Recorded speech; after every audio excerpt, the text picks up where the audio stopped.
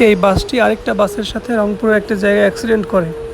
বাসের মধ্যে মোটামুটি 50 জন যাত্রী ছিল, কিন্তু একটি মাত্র গাছ, আল্লাহর রহমতে সব কিছু আছেই, কিন্তু একটা মাত্র গাছের উছিলাই সবগুলো যাত্রী প্রাণে বেঁচে যায়, কারো কোনো ক্ষয়ক্ষতি হয়নি। সামনে এগুলোই দেখতে পাবেন। আমি একটু সামনে গিয়ে দেখাই। এই যে গাছটা দেখা যাচ্ছে, বাসটি আরেকটা বাসের সাথে এসে এই খাদে পড়তে পারতো, এখানে যে খাদটা দেখা যায়, কিন্তু এই খাদে না পড়ে এই যে দেখেন এই পাশ দিয়ে ফিরে এসেছে। কত কোণা দিয়ে চাকার ছাপ বোঝা যাচ্ছে, তারপর মাটি খুঁড়ে উঠাতে হয়েছে।